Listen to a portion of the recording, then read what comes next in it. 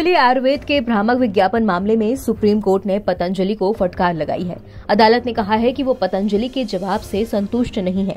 Yoga guru Baba Ramdev supreme court में पेश हुए, उनके साथ आचार्य बालकृष्ण भी हैं। सुप्रीम कोर्ट ने इस मामले में बाबा रामदेव को अदालत में पेश होने का समन जारी किया था। अदालत ने पतंजलि और आचार्य बालकृष्ण को अदालत के नोटिस का जवाब नहीं देने पर कड़ी आपत्ति जताई थी। सुप्रीम कोर्ट में बाबा रामदेव की ओर से सीनियर वकील बलवीर सिंह पेश हुए। अदालत ने कहा कि आपके खिलाफ 2 मामले हैं जिनका जवाब देना होगा। पतंजलि विज्ञापन मामले में सुप्रीम कोर्ट में जस्टिस हेमा कोहली और एहसानुद्दीन अमानुल्लाह की बेंच ने सुनवाई की। जस्टिस कोहली ने पूछा कि बाबा रामदेव का हलफनामा कहाँ है। पतंजलि के वकील ने जवाब दिया कि वो कोर्ट के अंदर हैं, भीड़ के कारण हम उन्हें यहाँ नहीं लाए हैं। जस्टिस कोहली ने पूछा कि बाबा रामदेव के जवाब के बारे में क्या कहना है। वकील ने जवाब दिया कि प्रतिवादी की 5 कंपनी है।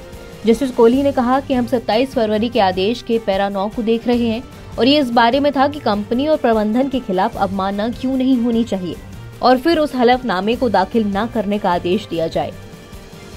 जस्टिस अमानतुल्लाह ने कहा कि आपको पहले हमें दिखाना होगा कि दोनों जवाब कहाँ हैं। इसके बाद बाबा रामदेव के वकील ने आचार्य बालकृष्ण का हलफनामा पढ़ा। न्यायमूर्ति कोहली ने आगे कहा कि जो बात हमें सबसे ज्यादा प्रभावित करती है वो ये है कि आपने उसके बाद क्या किया। आपने अदालत के नोटिस का उल्लंघन किया। हम इसे स्वीकार करने को तैयार नहीं हैं। जस्टिस कोहली ने कहा कि आपकी माफी स्वीकार करने का क्या कारण है। आपको मंत्रालय को सूचित करना चाहिए था। आपको ये सब सरकार को बताना चाहिए था। सीनियर वकील सांघी ने इस बात पर कहा कि ये व्यावसायिक नहीं है। इसके जवाब में जस्टिस कोहली बोले कि ये व्यावसायिक संगठन है। जस्टिस अमानतुल्लाह ने कहा कि ये मत कहिए कि आप सार्वजनिक हित या सार्वजनिक भलाई की सेवा कर रहे हैं। इसके बाद आखिरकार बाबा रामदेव की वकील ने अदालत में गलती मानी और गलती मानते हुए कहा चूक हो गई। जस्टिस कोहली ने कहा कि ये तो अंत है, अगर ये आपसे चूक है तो बस इतना ही, हम इसे स्वीकार नहीं कर सकते। सीनियर वकील सिंह ने कहा कि हम बिना शर्त माफी मांग रहे हैं। वो माफी मांगने के लिए यहाँ व्यक्तिगत तौर से मौजूद हैं। इस पर जस्टिस कोहली ने कहा कि हमें एक हलफनामे की जरूरत है। इस अवमानना को गंभीरता से लें। कोर्ट को लग रहा है कि आप किसी ऐसे व्यक्ति का प्रतिनिधित्व कर रहे हैं जिसे अदालत को दिए गए वचन पत्र के अनुरूप है। आपका एक कदम आगे बढ़ना और 24 घंटे में एक प्रेस कॉन्फ्रेंस करना दिखाता है कि आपको कार्रवाई के बारे में पता था और फिर भी आपने इसका उल्लंघन किया है।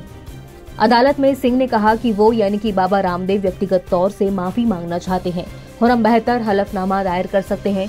सुप्रीम कोर्ट ने कहा कि हम ये नहीं सुनना चाहते। हम पहले अवमानना का मामला खत्म करेंगे। आपका अदालत में पेश नहीं होना दर्शाता है कि आप इसे गंभीरता से नहीं ले रहे हैं। जस्टिस अमानतुल्लाह बोले कि आप अपने जाल में फंस गए हैं। यहाँ खड़े होने वाले पहले व्यक्ति को माफी मांगनी चाहिए थी और किसी भी वकील को पहले नहीं उठना चाहिए था।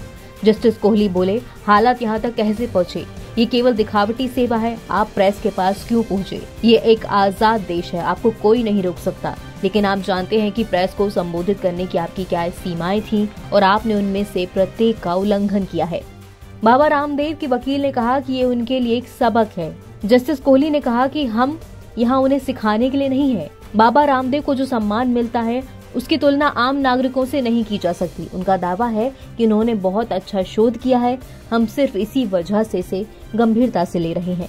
NBT ऑनलाइन की रिपोर्ट।